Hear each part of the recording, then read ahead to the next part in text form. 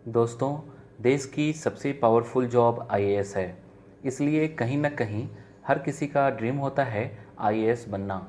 आज का हमारा टॉपिक है आईएएस कैसे बने, how to become an IAS.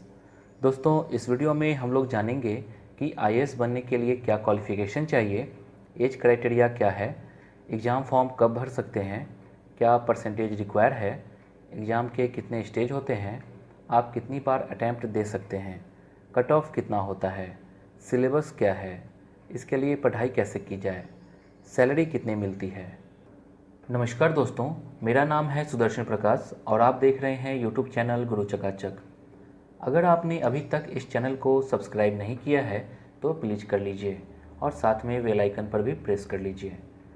दोस्तों, आईएएस का एग्ज़ाम यूपीएससी कंडक्ट करता है, मतलब यूनियन पब्लिक सर्विस कमीशन।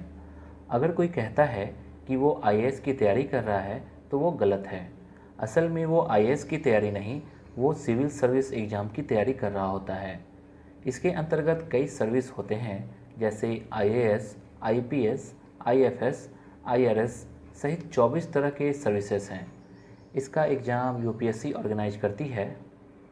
दोस्तों, यहाँ आप पूछेंगे कि सिविल सर्विस एग्ज़ाम पास होने के बाद जितने भी आईएएस, आईपीएस बनते हैं उन्हें जॉब किस चीज़ की मिलती है, वे लोग किस डिपार्टमेंट में काम करते हैं।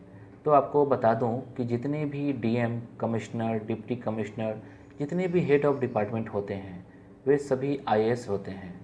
डिपार्टमेंट के सेक्रेटरी, प्राइम मिनिस्टर्स के सेक्रेटरी आदि।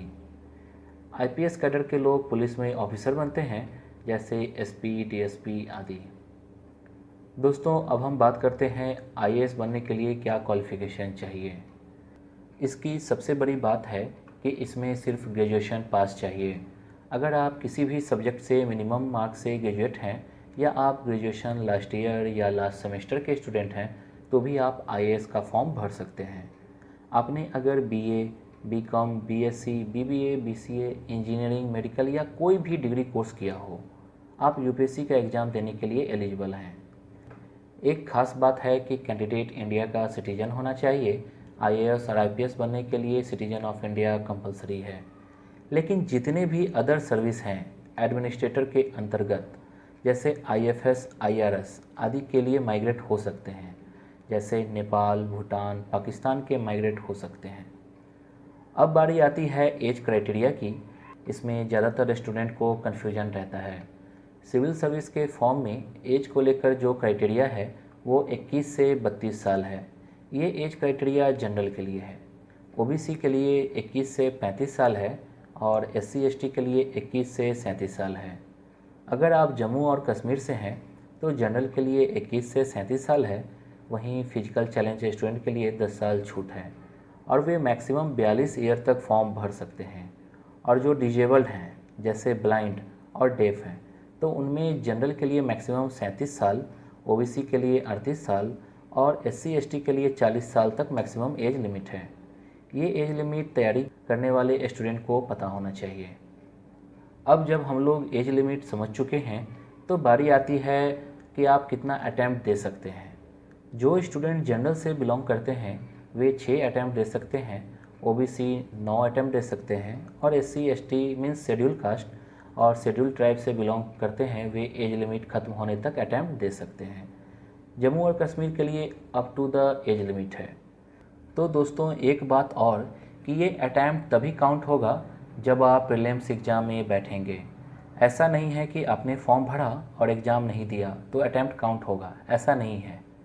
ये ध्यान रखने वाली बात है। दोस्तों, आप एक बात जान लीजिए, किसी भी स्टूडेंट का इस एग्ज़ाम में सिलेक्ट होने का कितना % चांस रहता है। तो स्टूडेंट का सिविल सर्विस एग्ज़ाम में सिलेक्ट होने का चांस मात्र 0.21% रहता है। पिछली बार 11,37,000 स्टूडेंट फॉर्म अप्लाई किया था, लेकिन प्रीलिम्स एग्ज़ाम देने गए मात्र 5 लाख। इनमें क्वालिफाई किया 15,445 स्टूडेंट ने। इंटरव्यू के लिए 2,955 पहुँचे, जबकि सिलेक्ट हुए मात्र 1099 स्टूडेंट। यह आंकड़ा बहुत कम है।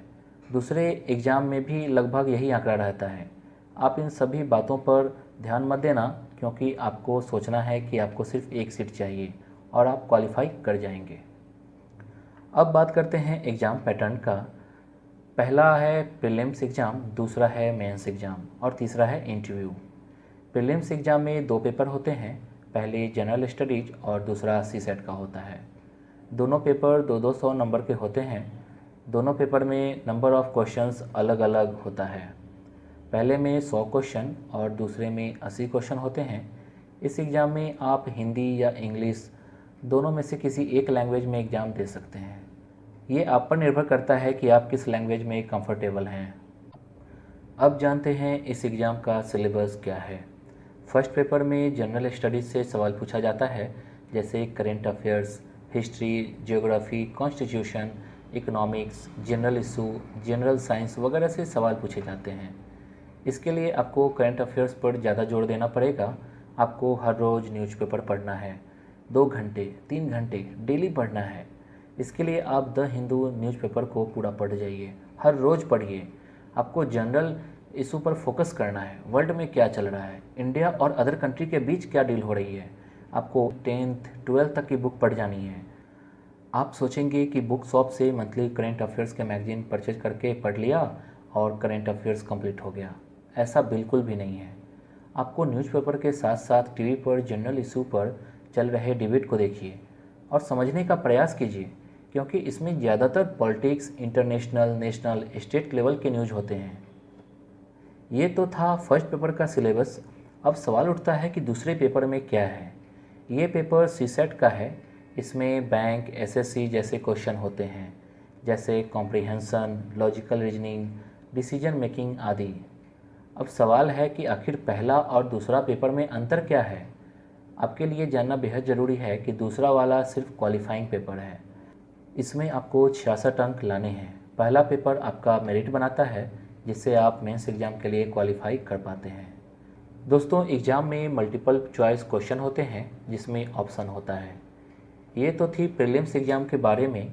दोस्तों, प्रीलिम्स एग्ज़ाम सिर्फ क्वालिफाइंग स्टेज होता है। ये एक प्रक्रिया है सेकेंड स्टेज में जाने का, मीन्स मेंस एग्ज़ाम में जाने का। मेरिट के लिए प्रीलिम्स का मार्क्स नहीं जुटता है। अब जानते हैं प्रीलिम्स का कट ऑफ कितना रहता है। पिछली बार 2016 सिविल सर्विस एग्ज़ाम में जनरल के लिए 116.66 नंबर था, तो ओबीसी के लिए 110, एससी के लिए 99.34 और एसटी को 96 नंबर लाने थे। अब बात करते हैं मेंस एग्ज़ाम के बारे में। मेंस एग्ज़ाम में कुल 9 पेपर होते हैं। टोटल मार्क्स 1750 नंबर का होता है। 9 पेपर में से 7 पेपर पर ज़्यादा ध्यान देना है, क्योंकि मेरिट जो बनाई जाती है इन्हीं 7 पेपर से बनती है। इसके अलावा 2 पेपर क्वालिफाइंग होता है। इसके मार्क्स काउंट नहीं होते हैं, लेकिन आपको 33% नंबर लाना पड़ता है। इसमें एक पेपर इंग्लिश का है और दूसरा लोकल लैंग्वेज का, मतलब दोनों ही लैंग्वेज के होते हैं। लोकल लैंग्वेज वही होगा जो संविधान की सूची में दर्ज है। अब सवाल है कि मेंस एग्ज़ाम के पेपर का सब्जेक्ट क्या है। तो सबसे पहले पेपर 1 में आता है जनरल एसे की। इसके नाम से ही आपको पता चल रहा होगा कि आपको निबंध लिखना है, जैसे सोशल इशू, पॉलिटिक्स, योजनाएं।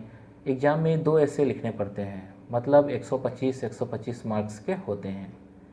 पेपर 2 में जनरल स्टडीज का होता है, जिसमें Indian history and culture, world geography और सोसाइटी कवर होता है। थर्ड पेपर में कॉन्स्टिट्यूशन, पॉलिटिक्स, सोशल जस्टिस और इंटरनेशनल रिलेशन आता है। फोर्थ पेपर में technology, economics development, biodiversity, environment, security and disaster management से सवाल पूछे जाते हैं। इसके बाद पेपर 5 आता है, जिसमें एथिक्स, इंटीग्रिटी एंड एप्टीट्यूड होता है। अगर हम सामान्य शब्दों में बात करें तो आप किसी भी टॉपिक पर क्या सोचते हैं, आप क्या विचार रखते हैं, किसी घटना पर आप कैसे रिएक्ट करते हैं। जैसे पेड़ क्या है, इसका आंसर अलग अलग लोगों के लिए अलग अलग होगा। जैसे किसी के लिए पेड़ फल देने की चीज़ है, किसी के लिए छांव है, तो किसी के लिए खूबसूरती का प्रतीक। अब मेंस एग्ज़ाम के कट ऑफ पे बात करते हैं। पिछली बार जनरल के लिए कट ऑफ 785 गया, ओबीसी के लिए 745, एससी के लिए 739 और एसटी के लिए 730 गया था। आपको ये नंबर कम लग रहा होगा, लेकिन असल में इस एग्ज़ाम में एक एक नंबर लाना काफ़ी मुश्किल है। एक एक नंबर पर रैंक बदल जाती है। अब आ जाते हैं इंटरव्यू लेवल पर। इसे पर्सनालिटी टेस्ट कहते हैं। ये काफ़ी टफ होता है। क्योंकि यहीं पर आपकी असली परीक्षा होती है। ज़्यादातर टॉपर्स ने बताया है कि स्टूडेंट पीटी और मेंस तो पास कर जाते हैं लेकिन इंटरव्यू में रिजेक्ट हो जाते हैं। मैं कुछ देर पहले बता चुका हूँ फॉर्म भरने से लेकर सिलेक्ट होने तक के आंकड़े के बारे में। इंटरव्यू में छँटने के कई कारण होते हैं, जैसे स्टूडेंट में कॉन्फिडेंस की कमी, बात करने का तरीका, इंटरव्यू रूम में इन करने का तरीका, आपने ड्रेस कैसा पहना हुआ है, इन सभी चीज़ों पर वहाँ फोकस किया जाता है। सिविल सर्विस एग्ज़ाम का पिछली बार फाइनल कट ऑफ कितना रहा, आइए जानते हैं। जनरल के लिए 988, ओबीसी के लिए 951, एससी का 937, वहीं एसटी के लिए 920 रहा था। फॉर्म भरते समय ही पूछा जाता है कि आप कौन कौन सी सर्विस पसंद करते हैं। 3 सर्विस को, जैसे आईएएस, आईपीएस, आईएफएस को ऑल इंडिया सर्विस कहा जाता है, बाकी सर्विस सेंट्रल सर्विस में आती है। दोस्तों, यहाँ सवाल है कि इतनी तैयारी करवा ली तो सैलरी क्या होगी। इनकी सैलरी अलग अलग होती है कि आपका रैंक क्या है, किस कैटेगरी की जॉब मिली है।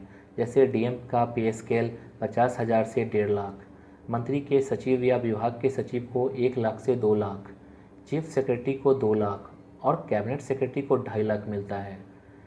इसके अलावा बहुत सारे फैसिलिटी प्रोवाइड किए जाते हैं। अब आते हैं कि सिविल सर्विस एग्ज़ाम के लिए स्ट्रेटजी क्या अपनाई जाए। आप अपने सब्जेक्ट पर फोकस करो, दूसरों की सुनो और अपनी मन की करो। टॉपर का इंटरव्यू देखो, लेकिन सब्जेक्ट वही चुनो जो आपके अपनी पसंद का हो। दोस्तों, मेरे द्वारा दी गई ये इन्फॉर्मेशन अगर आपको अच्छी लगी तो लाइक ज़रूर कीजिए और इस वीडियो को अपने दोस्तों के साथ शेयर ज़रूर कीजिए। Thank you.